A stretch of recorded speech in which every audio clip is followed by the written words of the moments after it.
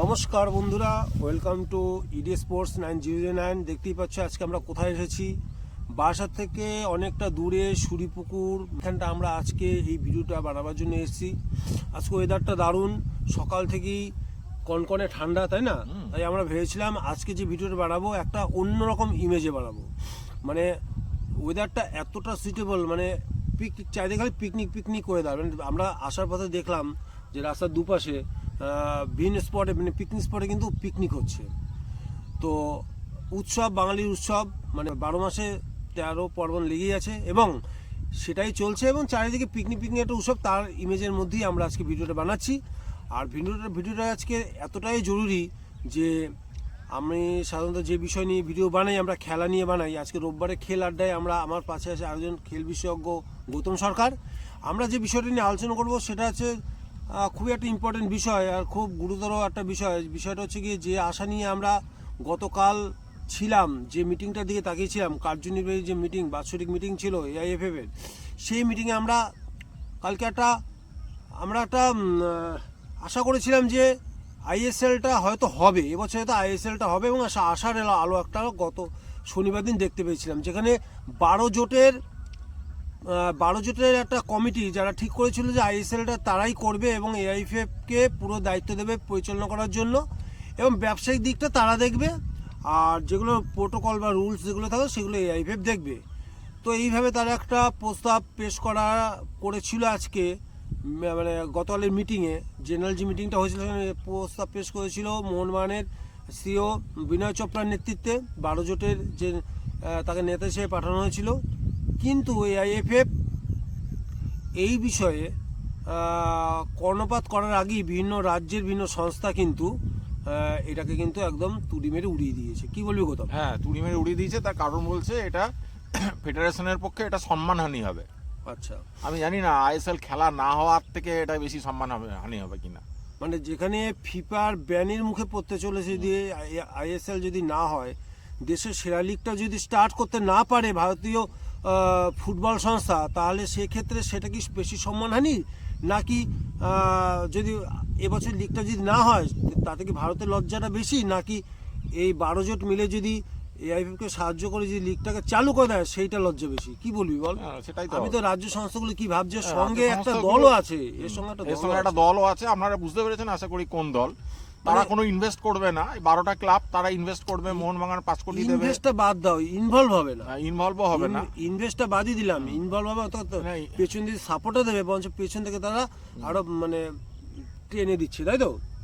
তো সেখান থেকে আমরা একটা গৌতম, বা আমরা যেটা দেখছিলাম বা তোমরা যারা আছো তারা দেখছি, তোমরাও জানো বিষয়টা, যে যেখানে এফএসডিএল এবং এআইএফএফ এর মধ্যে বৈঠক কোনো সার্থকতা পেল না, মানে পুরো ফ্লপ করলো। তারপর থেকে ফুটবলের স্বার্থে ফুটবল দলগুলো, ফ্র্যাঞ্চাইজিগুলো ঠিক করলো যে ফুটবলকে বাঁচিয়ে রাখতে হবে ইন্ডিয়াতে, তাই তো? তার জন্য তারা 12 জোট মিলে, যেখানে মোহনবাগানের সিও পুরো নেতৃত্ব দিচ্ছে বিনয় চোপড়া এবং সিংহভাগ টাকাটাই মনে হয় মোহনবাগান শেয়ার করছে, যেটা শোনা গেছে বিশ্বস্ত সূত্রে।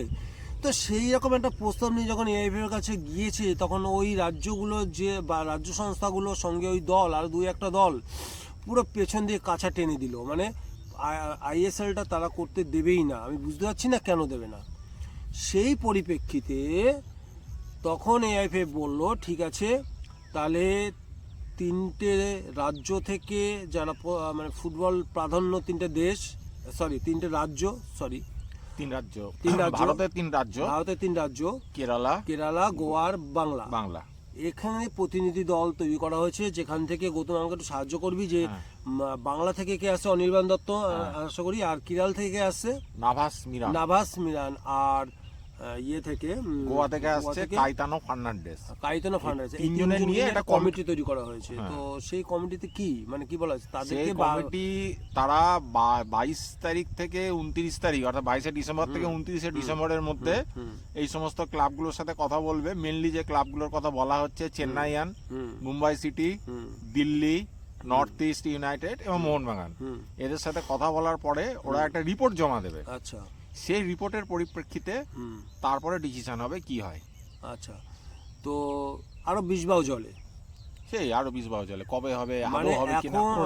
আমরা ভেবেছিলাম আজকে 20 তারিখেই হয়তো গ্রিন সিগন্যাল পেয়ে যাবে এবং জানুয়ারির হয়তো ফার্স্ট উইক কি সেকেন্ড উইকে হয়তো লিগটা চালু হয়ে হ্যাঁ যাবে। সেরকমই তো ওরা এগিয়েছিল, ক্লাবগুলো তো সেভাবে এগিয়েছিল। তো এদেরকে এই জোটকে কথা বলতে হবে ওই সংস্থাগুলোর সাথে। তো টাকা তো নেই, এইভাবে তো টাকা নেই। এফএসডিএল তো পুরোটাই তো ওরা তো পুরো মানে চলে গেল, মানে পুরো নো ইন্টারেস্ট দেখিয়ে চলে গেল এফএসডিএল। মানে তাদের ওই কতগুলো দাবি এআইএফএফ মানতে পারছে না, যার জন্য এফএসডিএল কিন্তু তাদের সবচেয়ে প্রধান দাবি যেটা ছিল সেই দাবিটা কিন্তু এই জোটেরও আছে, যে দীর্ঘস্থায়ী চুক্তি করতে হবে, ক্ষণস্থায়ী না, দীর্ঘস্থায়ী। মানে অনেক দিন ধরেই কিন্তু মানে কয়েক বছর, বেশ 10-15 বছরের একটা দীর্ঘস্থায়ী চুক্তি করলে সেই চুক্তিতেই তারা সই করবে, যে এফএসডিএল যে কারণে করলো না। এটা কিন্তু এএফএফ মানতে চায়নি, ঠিক আছে, এ একটা কারণ। এবং জোটেরও একই কথা, যে দীর্ঘস্থায়ী চুক্তিটা করতে হবে এবং তারা পরের বছর থেকে, মানে পরের বছর যে আইএসএলটা হবে অর্থাৎ 26-27, 27-28 এই পরপর 2 বছরই তারা 10 কোটি করে দেবে, সেরকমই এদের মধ্যে আলোচনা হয়েছিল ক্লাব জোটগুলির মধ্যে। এবং আরেকবার বলে রাখি, এই টাকার সিংহভাগই কিন্তু মোহনবাগান শেয়ার করেছিল। এদেরকে ভারতের ফুটবলকে যে এই জোটরা বাঁচিয়ে রাখার চেষ্টা করছে, বা মোহনবাগান যে ভারতীয় ফুটবলকে এগিয়ে নিয়ে যাওয়ার চেষ্টা করছে, যারা নিন্দুক মোহনবাগানের বিরুদ্ধে ইরানে খেলতে না যাওয়ার জন্য যারা মোহনবাগানের সমালোচনা করছে, তাদের এটা বোঝা দরকার যে ভারতীয় ফুটবলকে বাঁচানোর জন্য তাদের নিজেদের টাকা দিয়ে লিগটাকে চালু রাখতে চাইছে বা কন্টিনিউ চালাতে চাইছে এই মোহনবাগান সহ 12 জোট।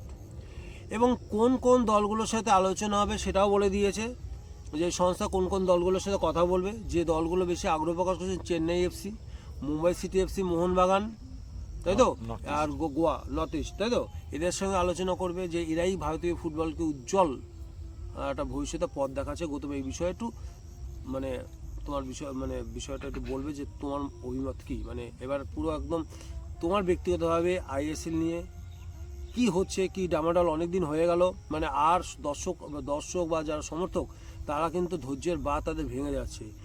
এই পরিস্থিতিতে অ্যাকচুয়ালি কি হতে পারে, আইএসএল কি হতে পারে আদৌ, নাকি এই বছরটা আইএসএল হবেই না? আমার একটা জিনিস অবাক লাগলো, কি বলে, ফেডারেশন পারলো না, এফএসডিএল এর সাথে চুক্তি হলো না, বা যে টেন্ডার করেছিল তাতে কেউ অ্যাপ্লাই করলো না।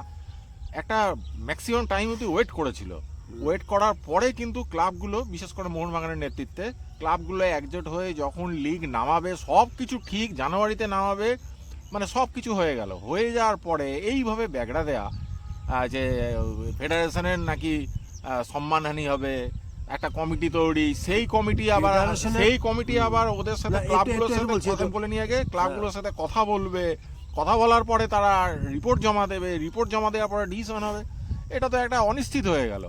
একটা নিশ্চিত জায়গা যেখানে তৈরি হয়েছিল সেই জায়গাটা পুরোপুরি বেকার হয়ে গেল। না আমার তো আদৌ হবে কিনা, তুই যে প্রশ্নটা করেছিস, আদৌ হবে কিনা সন্দেহ আছে। না, তোর একটা কথা বলছি, যে বলি না এফএসডি মানে এআইএফ এর মাথা ব্যথার থেকেও বেশি মাথা ব্যথা ওই দলগুলোর, তাই তো। আমি তো দেখছি মানে কল্যাণ চৌবের যে টিম আছে, এআইএফএফ অপদার্থ বুঝলাম, তারা কিন্তু মেনে নিচ্ছে অনেক সময়, কিন্তু ওই যে কত রাজ্য সংস্থাগুলো আছে, কটা দল আছে, তারা মানতে চাইছে না। মোহনবাগান, মুম্বাই সিটি এফসি এরা মিলে লিগ করবে, সেই লিগে আমরা পার্টিসিপেট করব, একটা তাদের একটা মান সম্মানের একটা আঘাত লাগছে কোথাও একটা মনে হচ্ছে, তাই এর বিরোধিতা করছে। তো এই বিষয়ে এই দলগুলোর সম্বন্ধে কি বলতে? এই দলগুলো কি বলবো বল, এই দলগুলো নিজেরা কিছু করবে না, যে ক্লাবগুলো উদ্যোগ নিয়ে করছে সেইটাতেও ব্যাগড়া দেবে। এদের কাজই হচ্ছে ব্যাগড়া দেয়া, আর সমালোচনা করার সময় করতে হবে, সমালোচনা করবে আর ব্যাগড়া দেবে। মোহনবাগান কেন ইরানে গেল না, কোন পরিস্থিতিতে গেল না, মানে মোহনবাগানের ম্যাক্সিমাম নিজেরা কোনো সলিউশন করতে পারবে না, যদিও একটা সলিউশন হলো সেখানেও এই তো আইএসএলটা কিন্তু নিম্নমানের পরিচয় দিচ্ছে। এটা কিন্তু আইএসএলটা কিন্তু প্রশ্ন চিহ্নের সামনে পড়ে গেল, মানে আমাদের দুশ্চিন্তা কিন্তু আরো বেড়ে গেল। গতকাল মিটিং হওয়ার আগে পর্যন্ত আমি ভেবেছিলাম যে হবে 10 কোটি টাকা দেবে যখন, এবং তার না 10 কোটি টাকা কিসের জন্য দেবে সেটা শোনো, ডেভেলপমেন্টের জন্য দেবে, বাকি যাবতীয় খরচ এই ক্লাব জেটগুলোই বহন করবে বলে দিয়েছে। এবং দর্শক বন্ধুদের প্রশ্ন আসতে পারে, মানে ভাবতে পারে যে 12টা ক্লাব কেন আসছে, আইএসএল তো এই কটা ক্লাব খেলে, কয়েকটা ক্লাব নাম বলছি না, তারা তো এই জোটে ছিল না। 12টা ক্লাব, কিন্তু এখানে আই লিগেরও ক্লাব আছে, আই লিগেরও ওরা চেয়েছিল একইভাবে ওরা নিজেরা লিগটা তৈরি করবে। এখানে আইএসএল এবং আই লিগ দল মিলিয়ে টোটাল 12টা দল, ঠিক আছে, তারা প্রস্তাবটা রেখেছিল যে নিজেরা টুর্নামেন্ট করবে, টাকা দিয়ে করবে, পরিচালনা করবে, যেটা দীপক বললো, আইএফএফই করবে, তাদেরই নেতৃত্বেই হবে। তাও হলো না, তাও ব্যাগড়া দিল। তাও পুরো কন্ট্রোল থাকবে কিন্তু এআইএফএফই থাকবে থাকবে, কিন্তু বিজনেস পার্টটা দেখবে, আমি যেটা বলছি শুনেছিলাম, বিজনেস পার্টটা কিন্তু এই ক্লাব জোটে দেখবে। লাভ হলে ক্লাব জোটে, ক্ষতি হলে ক্লাব জোটে, পুরো দায়িত্বটা, পুরো রিস্কটাই কিন্তু ক্লাব জোট নিয়ে নিয়েছিল। কিন্তু নীতি নির্বাহ বা নীতি বা নিয়ম প্রোটোকল তৈরি করবে কিন্তু সব এআইএফএফ নিয়মেই হবে। ওই নিয়মের ভিতর কিন্তু ক্লাব জোট ঢুকবে না। শুধু তারা বাণিজ্যিক দিকটাই খালি দেখতো, আর কিছু দেখতো না, তাই তো? কিন্তু আনফর্চুনেটলি কিন্তু এই লিগটা কিন্তু এখনো কিন্তু প্রশ্ন চিহ্নের মুখে পড়ে গেল যে আদৌ ইন্ডিয়াতে সর্বোচ্চ লিগটা হবে কি হবে না। তারপরে এএফসিতে কিভাবে পারফর্ম করবে ক্লাবগুলো সেটাও কিছু বোঝা যাচ্ছে না। আর মোহনবাগান তো 2 বছর ব্যান খেয়ে বসেই আছে। মোহনবাগান চ্যাম্পিয়ন হলেও হয়তো রানার্স হয়তো খেলবে, এটা দৃষ্টান্ত থেকে যাবে যে চ্যাম্পিয়ন টিম যাচ্ছে না এএফসি খেলতে। সেটা নিয়ে আমরা পরে একটা ভিডিও বানাবো। তো ওখানেও পানিশমেন্টটা কতটা যৌক্তিক ছিল সেটাও দেখতে হবে, কারণ মোহনবাগান আগে তো প্লেয়ারদের আত্মরক্ষার দিকটা দেখবে। আর সেই মুহূর্তে ইরানের যা পরিস্থিতি ছিল, আমাদের আগে ভিডিওতে করা হয়েছে, দর্শকরাও জানে, সেই মুহূর্তে ইরানে কোনো বিদেশি ক্লাব যাওয়ার মতো পরিস্থিতি ছিল না। তো মোহনবাগান যে ভারতীয় ফুটবলকে দেখছে সেটা আগেও দেখেছে, এখনও দেখেছে, এবং তারা নিজেদের একদম পরিষ্কার বাঙাল কথায় গ্যাটের টাকা খরচা করেই কিন্তু লিগটা চালাতে চেয়েছে। বিনয় চোপড়া মানে এখানে কিন্তু যখন ঢুকে পড়েছে এই জোটের মধ্যে, তখনই কিন্তু জিনিসটা আর পরিষ্কার হলো। আর মোহনবাগানের নেতৃত্বে কিন্তু সব কাজগুলো হচ্ছিল, ধীরে ধীরে স্মুথ লেগেছিল। কিন্তু কোনো একটা দল পেছনে কাছা টেনে ধরলো, মানে ফুটবলে মাঠেও ধরে, বাইরেও ধরে, খেলার মাঠেও ধরে, আবার টেবিলেও ধরে, ঠিক আছে? তো আগে ভাই দেখো, একটু উদার চিন্তা ভাবনা করতে হবে। আগে আমাদের লিগটা চালু করতে হবে। তোমরাও খেলতে পারবে না, তোমরা কোথায় খেলবে তাহলে? পাড়ার লিগে খেলবে না খেপ খেলবে? তো আশা করি ওই গৌতম যেটা বললো 22 থেকে 29 তারিখের মধ্যে ক্লাবগুলোর সাথে কথা বলবে, আলোচনা হবে। সুস্থ আলোচনা হওয়ার পরে তারা রিপোর্ট দেবে। সেই রিপোর্ট হওয়ার পরে আবার ডিসিশন হতে হতে জানুয়ারি মাসও চলে যাবে। যাক, লিগটা যাতে হয়। হ্যাঁ, সেটাই আমরা চাই, যেন তেন প্রকারে লিগটা হোক, আইএসএলটা হোক। পাশাপাশি আমি এই বিষয় ছেড়ে একটা বিষয় যাচ্ছি, জানিস কিনা, এই মুহূর্তে মোহনবাগান কিন্তু খুব চনমনে। আমি যদি খেলার বিষয়ে আসি, হ্যাঁ, এই তো কোচ লোবেরো, সার্জিও লোবেরোর কোচিংয়ে দিমিত্রি কিন্তু তার পুরনো ফর্ম ফিরে পেয়েছে। যে ম্যাচটা আমরা দেখলাম 6-2 গোলে হারিয়েছে, হ্যাঁ, ডায়মন্ড হারবারের সাথে, যে ম্যাচটা দিমি প্রথমার্ধেই শুধু খেলেছে, মানে যেটা লোবেরো করেছে, প্রথমার্ধে যে প্লেয়ারদের নামিয়েছিল সেকেন্ড হাফে পুরো প্লেয়ার তুলে নিয়েছে। সেকেন্ড হাফে নতুন প্লেয়ার মানে রিজার্ভ বেঞ্চ নামিয়ে দিয়েছে, বা রিজার্ভ বেঞ্চ বলতে পারো, বা মোহনবাগান এ টিম বি টিম বলতে পারো, ওটাও এ টিম এটাও বি টিম, মানে দুটো পারফরমেন্সের দিক দিয়ে দুটো টিমই সমান। তো ফার্স্ট হাফে রেজাল্টটাও দেখো, ফার্স্ট হাফে 3-1, সেকেন্ড হাফেও 3-1। ফার্স্ট হাফে মোহনবাগানের বস স্ট্রাইকার ম্যাকলারেন 2 গোল করেছে, আর রাইট উইঙ্গার মনবির 1 গোল করেছে। সেকেন্ড হাফে যে টিমটা নামালো, পুরো টিমটাকে বসিয়ে দিল সে বিশাল কাইতবারে, গোলকিপার বিশাল কাইতকে রেখে পুরো টিমটাকে চেঞ্জ করে দিল। সেকেন্ড হাফে মোহনবাগানের আরেকজন বিধ্বংসী বস স্ট্রাইকার কামিংস, সে 2 গোল করেছে, আরেকজন লেফট উইঙ্গার মানে লিস্টন গোল করেছে। কি বলবে, একদম সোনার সোহাগা। পাশাপাশি যেটা দর্শকদের খুব নজর করেছে সেটা বিষয় দিমিত্রি পেট্রোরাস এবং রবসন রবিনো, ভাই অসাধারণ ফুটবল খেলেছে। দিমিত্রি পেট্রোরাস পুরো মাঠে ফুল ফুটিয়েছে, তার এতগুলো প্রথমার্ধে কটা গোল, 3টে গোলে 3টে অ্যাসিস্টই হচ্ছে তার, 3টে অ্যাসিস্টই হচ্ছে দিমিত্রি পেট্রোরাস। কি পাস বাড়িয়েছে, ঠিকানা লেখা পাস, যেখান দিয়ে গোলে ম্যাকলারেন গোল করা ছাড়া কোনো পথ নেই। একটা গোল সে তো বারে লিগে ফিরলো, সেই বলে শর্ট মেরে কে বলো, ওই রবিন সিং মানে কি বলে মনবীর গোলটা করেছে, ঠিক আছে?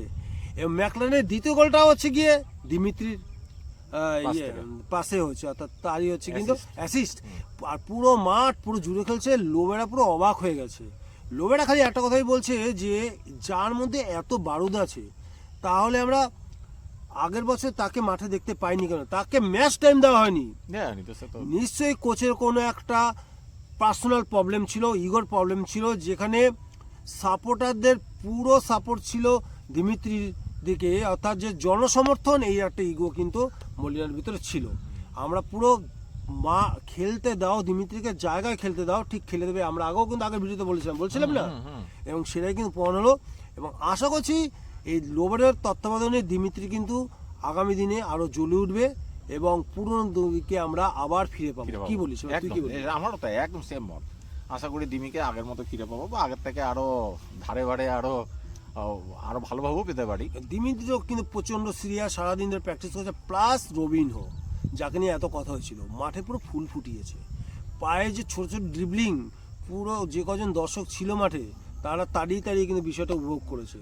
খেলাটা যদি আপনারা রিপ্লেতে দেখেন তাহলে দেখবেন যে কি ফুটবলটা মোহনবাগান খেলছে। আগামী দিনে একটা বার্তা দিতে চলেছে যে আমরা প্রস্তুত আছি, আর মোহনবাগানের বিরুদ্ধে যারা খেলবে তাদের কিন্তু যথেষ্ট সতর্ক হয়ে নামতে হবে। পুরো টিম কিন্তু দাপিয়ে খেলছে, ফার্স্ট হাফেও যেমন সেকেন্ড হাফেও তেমন।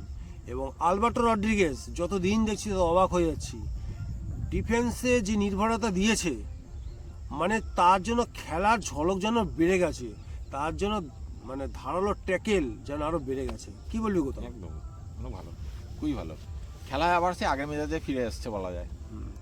তো আজকে ভিডিওটা এই পর্যন্ত। আজকে এখানেই ভিডিও আমরা শেষ করলাম। রোববারে খেল আড্ডায় এরকম পরিবেশে আবার চেষ্টা করলো সামনের রোববার ঠিক এখানে এসে আবার নতুন করে ভিডিও তৈরি করব। তো ভিডিওটা তোমাদের কেমন লাগলো? যদি ভালো লাগে লাইক এবং শেয়ার করতে একদম ভুলবে না। আর যারা এখনও পর্যন্ত চ্যানেলটাকে সাবস্ক্রাইব করোনি, কেন এত দেরি করছো? সাবস্ক্রাইব করে ফেলো যাতে সবার প্রথম তোমরা ভিডিও পেতে পারো।